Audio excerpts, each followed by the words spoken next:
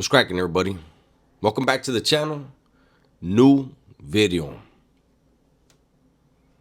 Today I'm going to tell you guys a story. I don't think I've ever told this story. I may have mentioned it on a live, but you guys already know. I like to give people a glimpse into the realities of prison and criminality on this channel. And this is a story that it's going to surprise some people, but it's only going to surprise people that have never been around anything.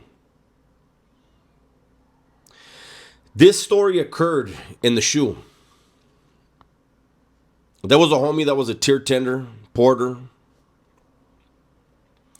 And you know, it's funny because I've mentioned before people being a porter in the shoe, and people that obviously were never in Pelican Bay shoe were like, yeah, right, there's no porters in the shoe. And that's hilarious to everyone who's ever been in Pelican Bay shoe. Every pod has a porter. He's the one that cleans the showers. You think the cops are going to come and clean them showers? Anyways, that was a homie that was a porter, tier tender, right? And one day, the pod door opens, and a new guy moves into an empty cell. Remember, Pelican Bay shoe, there's only 8 cells in a pod. 4 on the bottom, 4 on the top. Extremely quiet.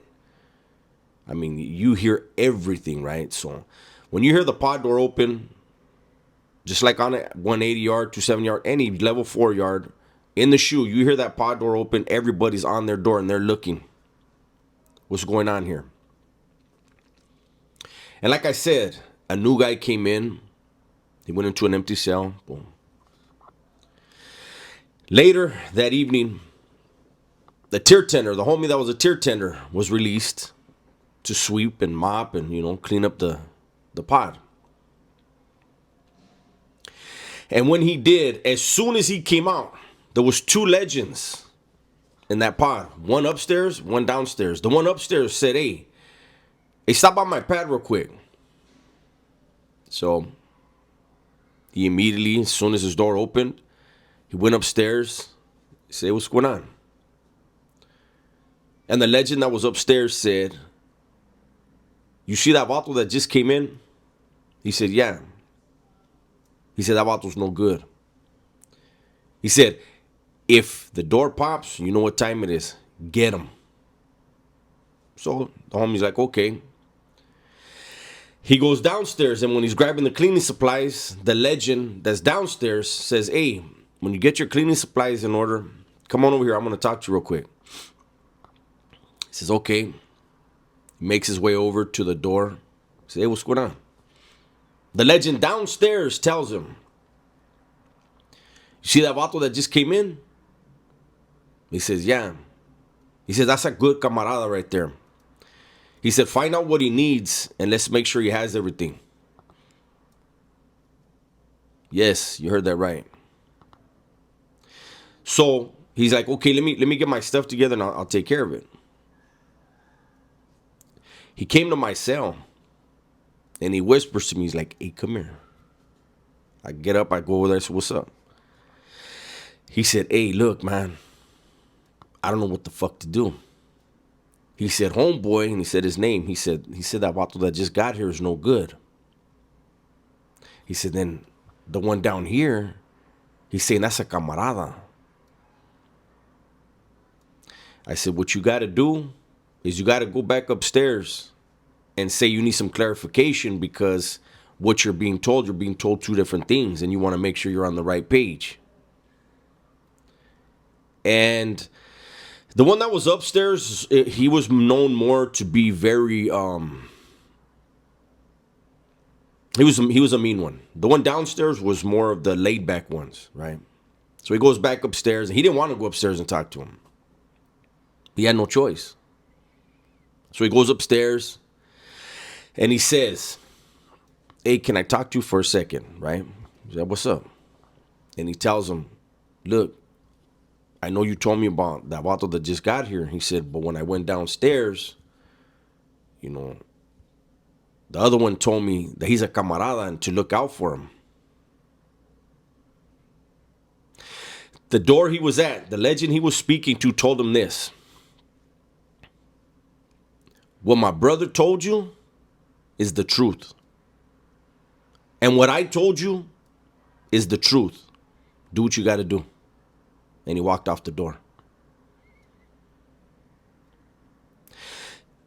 The homie came back downstairs, and you could see the look on his face. Comes to my pad, and he's like, hey, this is what he told me. And so now all of the Southerners in that pod were in a position where if you get out on the tier and you whack that dude, you're done. If you get out on the tier with that dude and you don't whack that dude, you're done. That's a reality of prison. You know, that's why I trip out when people talk the way they talk, and they talk about people the way they talk about them. It's really obvious they've never been around politics. They've never really been around treachery. That's not an uncommon story. It's a very, very eye-opening story, though. And luckily, because people are going to want to know what happened, luckily, the guy wound up moving out. Which was a really good thing because there was no right choice. And I don't know where he went. I didn't give a damn. He was gone and he was no longer a headache because as he was there, for the couple days that he was there, it was, I think everybody pretty much felt like they were going to get off on him. I can't speak for anyone else. But if you do, you're damned. And if you don't, you're damned. And then you're going to have guys that never been around anything talk about that Vato's a punk. That Vato's a rat. He's neither. He was stuck between a rock and a hard place. No matter what he did, it was a wrong move, wrong decision.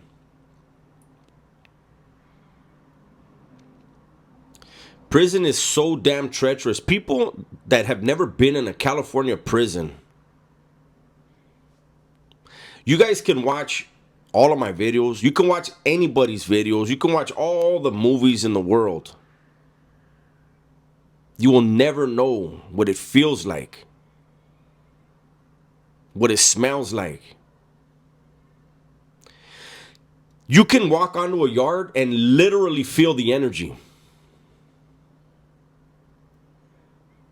The movies can't give you that. These videos can't give you that. Landing on a yard knowing you will have rivals. You will be playing chess the minute you land on the yard. And those rivals and that chess playing is amongst your own. Every day. All day. 24 hours a day. You're plotting. They're plotting.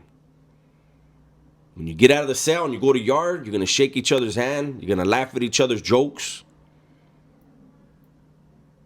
But you're watching. And they're watching. And it's going to go on for years and years. I tell you guys all the time, man. The most impressive thing you can do is be successful out here. Is to put your family first. To be selfish, run the streets, hurt people, rob people, stab, shoot, unalive people. Nothing good comes from that.